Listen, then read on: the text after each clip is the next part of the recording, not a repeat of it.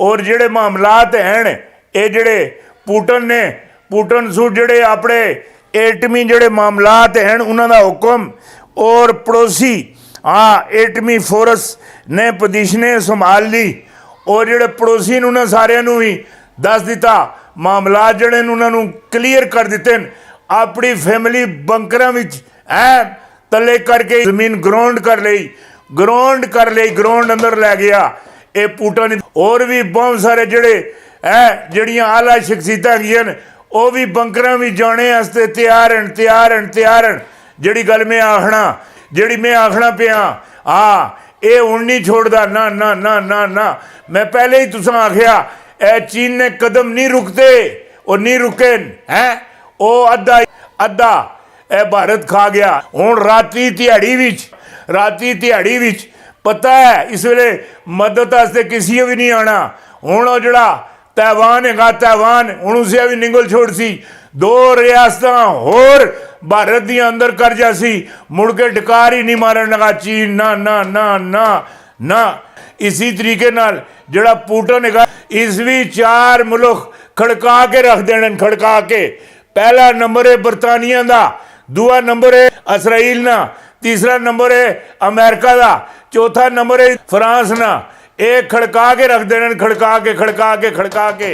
हाँ जी गल आखना पिया वो हैगी रूस की पेशकदमी यूक्रेनियन के मजीद कई शहरों पर कब्जा 10 लाख नकल मकानी। रूस यूक्रेनियन पर कंटेनर बम का इस्तेमाल करने लगा। लोगों का दावा इल्ज़ाम गलत भी और न्यूक्लियर बम का कोई फ़ैसला नहीं हुआ। रूसी अकाम अमेरिका ने सलामती कौंसिल में रूस की मुस्तकबिल रुकनीत ख़त्म करने के तरीक़ेकार पर गौर शुरू कर दिया। यूक्रेनियन के सदर की मुज़ाकरात के लिए नई शर्त भारत हमारे पानियों में आया तो फिर गिला न करना। फिर मामलात कुछ और ही हो सन जड़ी गल मैं आखना पिया। सिंध हुकूमत दीमक की तरह सब कुछ खा गई है, सब कुछ चाट चुकी है। सिंध हुकूमत सिंध में कुछ भी नहीं रहने दिया। जड़ी गल आखना पूरी रात रूस की फ़ौज ने ज़मीन आसमान और समुंदर से हमले यूरोप का एटमी घर दबोच लिया। मोदी को अमेरिका का वड्डा थप्पड़, बड़ा ज़ोरदार थप्पड़, डजो डज। मस्जिद में जो धमाका हुआ है वो बहुत सारे जो लोग हैं इधर मेरी बात सुने, ये मैंने आपको पहले कहा था और दूसरे नंबर पर आपको ये बात भी बताता हूँ। ये धमाका इधर मेरी बात सुने सिर्फ ऑस्ट्रेलिया की टीम को खौफजदा करने के लिए, कि ऑस्ट्रेलिया की टीम यहाँ खेलने के लिए ना आए। जड़ी बात कह रहा हूँ इसकी तरफ ज़रा तवज्जो करना, तवज्जो। जो बात कह रहा हूँ ये दहशतगर्द भी हैं, ये साइंसदान भी हैं और सियासी भी हैं। ये सारे दाव पे जानते हैं। पाकिस्तान अगर ऑस्ट्रेलिया की टीम आ गई है इत्थे रौनक आ रही सी, बाहर आ रही सी, फिर नाल कुछ कंपनियां आ रहे सन हैं और मामला थोड़े ये वसी हो जा सन। ये साडा जड़ा पड़ोसी मुल्क है ये चीज़ां नहीं बर्दाश्त करता। नहीं। ये खान साहब भी अमन पसंद हैं, बाजवा साहब भी अमन पसंद हैं और साड़ियाँ एजेंसियाँ भी अमन पसंद हैं, अमन नाल रहना चाहदियां हैं। अपने मुल्क अंदर मामलात करनी इन्हां वाले पासे कहीं तकना ही नहीं है। ये के होया तो के नहीं होया। ये पहले ये हुंदा सी इस बार्डर उत्ते एक फौजी एक पुलिस वाला नहीं सी हुंदा। ये सारे जड़े बार्डर के करीब जड़े घर सन ये बार्डर की हिफाजत करते सन।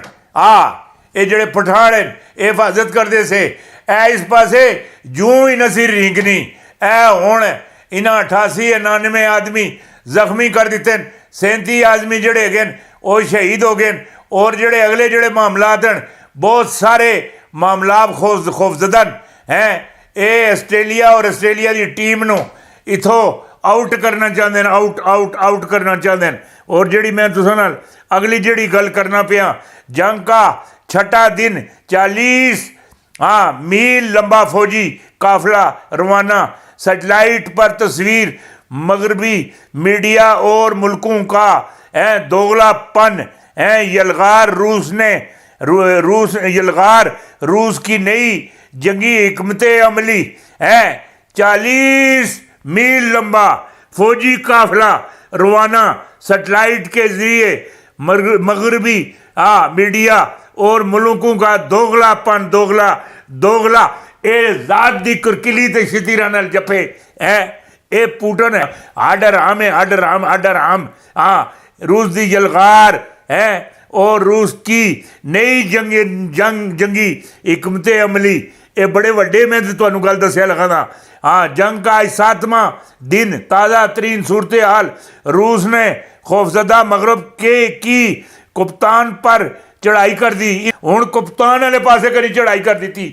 इसकी हुकूमत को खत्म करो, इसनू फारग करो, इसनू घर भेजो, ये आस्ट्रेलिया टीम नू ना आन दिओ। हुण ये वाले मामलात करने शुरू कर दिते हैं। ये अमेरिका भी और उस तो बाद जिहड़ा बरतानिया वो भी और जिहड़ा फ्रांस है वो भी और उस तो बाद इसराइल भी उस तो बाद भारत वो भी ये सारे ये शैतान एक जगह ते इन्हां दी एजेंसियां एक जगह ते जमियां हुई और इन्हां दे जिहड़े अंपायर हैं इत्थे पाकिस्तान अंदर वो एक जगह ते जमा होए दे।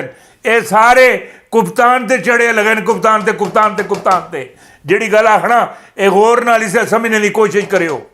जिहड़ी गल करना पिया पाकिस्तानियों मुबारक हो। सबसे बड़ा खबर खजाना कप्तान की सुप्रीम कोर्ट बार पर चढ़ाई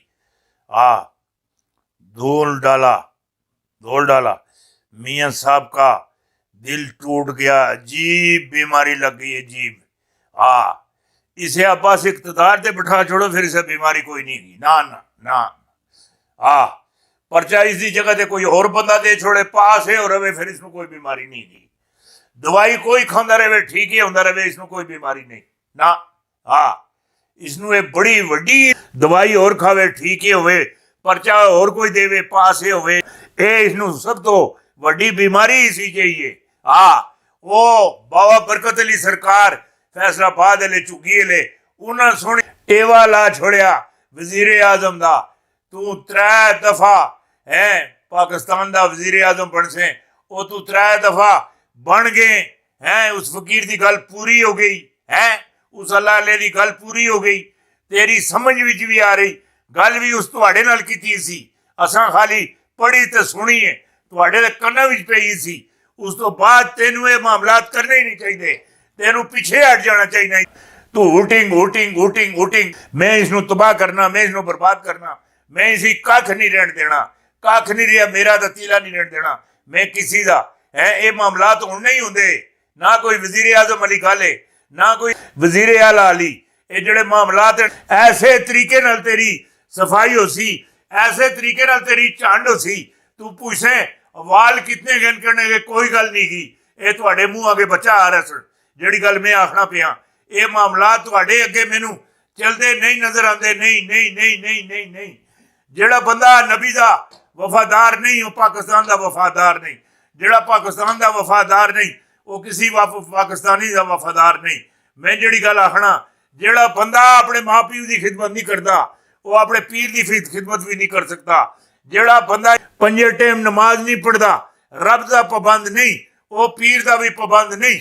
जिहड़ा बंदा सुनते रसूल नहीं रखना नबी की सुनत नाल प्यार नहीं करना वो किसी बंदे नाल भी प्यार नहीं कर सकना ना। जिहड़ा सुनत दा चोर वो मुल्क दा चोर। मैं तुहानू उस वेले आख्या सी मियाँ साहब दाढ़ी रख लो आलमी लीडर बन जासो।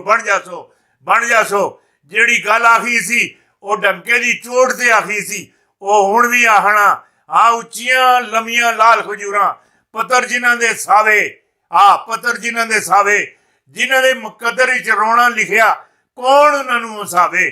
तुसां दे मुकद्दर विच हुण रोना ही लिखिया दा आए करनी लिखी दी है। ये जिहड़े मामलात है हुण तुहाडे वासी नहीं रहिंदे ना। हुण बाबा बरकत अली सरकार जैसा दूसरा बंदा नहीं। तुसां वड्डियां 4-5 गलतियां कीती दियां हैं। सब तो पहले तो खत्मे नबूवत नाल ਛੇੜ ਲਾਈ, ਖਤਮੇ ਨਬੂਵਤ ਦੀ ਤੋਹੀਨ ਕੀਤੀ। ਹਾਂ, ਖਤਮੇ ਨਬੂਵਤ ਦੀ ਤੋਹੀਨ ਕੀਤੀ। ਉਸ ਤੋਂ ਬਾਅਦ ਮੁਮਤਾਜ਼ ਕਾਦਰੀ ਨੂੰ ਤੁਸਾਂ ਫਾਇ ਲਵਾਇਆ ਹੈ। ਮੁਮਤਾਜ਼ ਕਾਦਰੀ ਸੁਣ, ਨਬੀ अलैहिस्सलाम ਦਾ ਬਾਗੀ, ਉਹ ਜਿਹੜਾ ਗਵਰਨਰ ਸੀ ਉਸਿਆ ਮਾਰਿਆ ਸੀ। ਉਹ ਗਵਰਨਰ ਸੀ ਪੀਪਲ ਪਾਰਟੀ ਦਾ, ਪਰਚਾ ਪੀਪਲ ਪਾਰਟੀ ਦਿੱਤਾ, ਗ੍ਰਿਫਤਾਰੀ ਪੀਪਲ ਪਾਰਟੀ ਕੀਤੀ। ਪੂਰੇ ਉਸਦੇ ਦੌਰ ਵਿੱਚ ਕੇਸ ਚੱਲਦੇ ਰਹੇ, ਯੂਸਫ ਰਜ਼ਾ ਗਿਲਾਨੀ ਦੇ ਦੌਰ ਵਿੱਚ ਵੀ, ਪਰਵੇਜ਼ ਅਸ਼ਰਫ ਸਾਹਿਬ ਦੇ ਦੌਰ ਵਿੱਚ ਵੀ, ਔਰ ਉਸ ਤੋਂ ਬਾਅਦ ਜ਼ਰਦਾਰੀ ਦੇ ਦੌਰ ਵਿੱਚ ਹੀ। ਉਹਨਾਂ ਉਸ ਨੂੰ ਕੁਝ ਵੀ ਨਹੀਂ ਆਖਿਆ। ਨਾ ਨਾ ਨਾ, ਆਈਆਂ ਗਵਰਨਰ ਨੂੰ ਨਦਾਸੀ ਹੈ।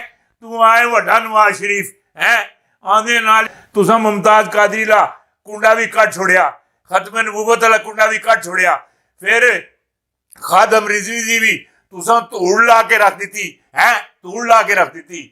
ਖਾਦਮ ਰਿਜ਼ਵੀ ਆ ਜਿਹੜੀਆਂ ਗੱਲਾਂ ਤੁਸਾਂ ਆਖੀਆਂ, ਤੁਸਾਂ ਦੀ ਜਿਹੜੀ ਹੋਰ ਜਿਹੜੀ ਟੀਮ ਹੈਗੀ ਉਹਨਾਂ ਆਖੀਆਂ, ਉਹ ਗੱਲਾਂ ਆਲਮ ਦੀਨ ਨੂੰ ਕੋਈ ਨਹੀਂ ਆਖਣਾ। ਜਿਸ ਪਿੱਛੇ ਬੰਦਾ ਨਮਾਜ਼ ਪੜ੍ਹਦਾ ਹੋਵੇ ਉਸ ਕੋਲੋਂ ਅੱਗੇ ਕੋਈ ਕੰਮ ਹੀ ਨਹੀਂ ਹੁੰਦਾ। ਨਾ ਨਾ ਨਾ ਨਾ ਨਾ, ਇਹ ਮੇਰਾ ਨਹੀਂ, ਇਹ ਮੇਰੇ ਰੱਬ ਦੇ ਰਸੂਲ ਦਾ ਫਰਮਾਨ ਹੈ। ਮੌਲਵੀ ਕੋਲੋਂ ਜਿਸ ਪਿੱਛੇ ਬੰਦਾ ਨਮਾਜ਼ ਪੜ੍ਹਦਾ ਉਸ ਕੋਲੋਂ ਪਿੱਛੇ ਪਿੱਛੇ ਸਾਰੇ ਕੰਮ ਕਰੋ, ਅੱਗੇ ਉਸ ਕੋਲੋਂ ਨਾ ਨਿਕਲਣੇ ਦੀ ਕੋਸ਼ਿਸ਼ ਕਰੋ।